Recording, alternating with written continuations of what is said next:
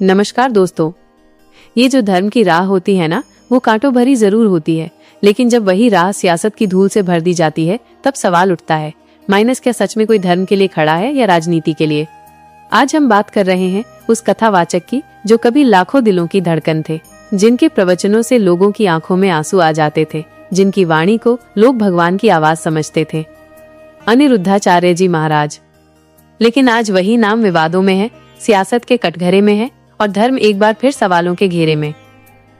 कथावाचक से विवाद तक, अनिरुद्धाचार्य एक ऐसा नाम जो लाखों श्रद्धालुओं के दिलों में बसा है। जब वो मंच पर बैठते हैं तो लगता है मानो स्वयं श्याम सुंदर कथा सुना रहे हों। उनके प्रवचनों में प्रेम था, भक्ति थी, करुणा थी, लेकिन अब उसी मंच से निकले एक कथन ने तूफान खड़ा कर दिया है। बताया जा रहा है कि उन्होंने एक प्रवचन के दौरान बेटियों के चरित्र पर सवाल उठा दिए। उन्होंने ऐसा कुछ कहा जिससे दलित, पिछड़े और महिलाएं आहत हुईं। समाजवादी पार्टी ने इसे तुरंत मुद्दा बना लिया और अनिरुद्धाचार्य जी के खिलाफ सियासी मोर्चा खोल दिया। लेकिन सवाल उठता है, क्या वाकई अनिरुद्धाचार्य ने कुछ गलत कहा या फिर उनके शब्दों को तोड़ मरोड़ कर पेश किया गया? जब राजनीति ने धर्म को घसीटा, सियासत का खेल बड़ा बेरहम होता है। आज उत्तर प्रदेश की राजनीति में 2027 के चुनावों की आहट सुनाई दे रही है। हर पार्टी अपने अपने समीकरण बिठाने में जुटी है और ऐसे में समाजवादी पार्टी ने एक रणनीति बनाई पिछड़ों, दलितों और महिलाओं को अपने साथ जोड़ने की। लेकिन इस रणनीति की राह में यदि कोई बाधा है तो वो है ऐसे कथावाचक जो लोगों की सोच को प्रभावित करते हैं। अनिरुद्धाचार्य का प्रभाव इतना गहरा है कि अगर वो कुछ कह दे तो हजारों लोग उसे सत्य मान लेते हैं। समाजवादी पार्टी को डर है कि अगर ये कथावाचक इसी तरह समाज में प्रभाव डालते रहे तो उनकी राजनीतिक रणनीति असफल हो जाएगी। इसलिए अब पार्टी खुलकर अनिरुद्धाचार्य के खिलाफ मोर्चा खोल चुकी है। धर्म की परिभाषा क्या है? सनातन धर्म में क्या सिखाया गया है? प्रेम, करुणा, समानता। भगवान श्री कृष्ण जिनकी कथा अनिरुद्धाचार्य सुनाते हैं, उन्होंने कभी राधा को उनके समाज से नहीं तौला। द्रौपदी के सम्मान के लिए हस्तिनापुर की राजसभा में लाठी उठाई और एक निषाद को गले लगाकर दिखाया कि धर्म जाति नहीं, भावना से चलता है। लेकिन अगर एक कथावाचक उसी धर्म के नाम पर बेटियों के चरित्र पर सवाल उठाए या जात पात की दीवार खड़ी करे तो क्या वो सच्चा धर्माचार्य कहलाएगा? क्या ये सनातन धर्म का अपमान नहीं है? समर्थन और विरोध, सोशल मीडिया का रणभूमि। इस विवाद ने जैसे ही तूल पकड़ा, सोशल मीडिया पर दो गुट बन गए। एक तरफ वो लोग हैं जो कहते हैं ये सब सियासत है, अनिरुद्धाचार्य को बदनाम करने की साजिश है, उन्होंने कुछ गलत नहीं कहा।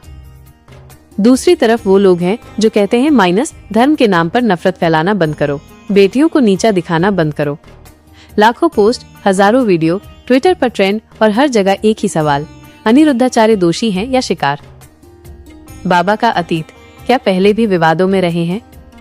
ये पहली बार नहीं है जब अनिरुद्धाचार्य विवाद में आए हैं।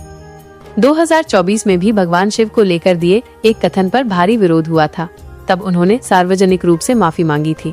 क्या इस बार भी वे माफी मांगेंगे या इस बार मामला सिर्फ धर्म का नहीं, राजनीति और भविष्य की सत्ता का है? जनता की पीड़ा, एक भावनात्मक साक्षात्कार। मैं अपने दुख लेकर गई थी बाबा के पास, सोचा था मेरा दर्द समझेंगे। उन्होंने तो कथा में ही बेटियों को कटघरे में खड़ा कर दिया। कभी कभी लगता है धर्म अब वो दहलीज नहीं रहा जहाँ इंसान शांति पाता था, वो मंच बन गया है जहाँ लोग सिर्फ लड़ते हैं जाति, मजहब और वोटों के लिए। क्या होगी राजनीति की चाल? समाजवादी पार्टी इस बार झुकने को तैयार नहीं है। उनके नेताओं का साफ कहना है अनिरुद्धाचार्य को उनके बयानों की कीमत चुकानी होगी। कुछ नेता ये तक कह रहे हैं कि उन पर FIR दर्ज होनी चाहिए, उनके कार्यक्रमों पर प्रतिबंध लगना चाहिए। दूसरी ओर बीजेपी इस मामले पर चुप है, लेकिन राजनीतिक विश्लेषकों का कहना है कि भाजपा इस विवाद को अपने हिंदुत्व एजेंडे के लिए इस्तेमाल कर सकती है।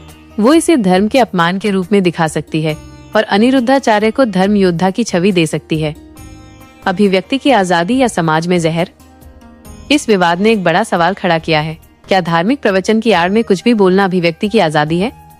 अगर कोई व्यक्ति मंच पर बैठकर करोड़ों लोगों को संबोधित करता है तो उसके शब्दों की जिम्मेदारी भी उतनी ही बड़ी होनी चाहिए।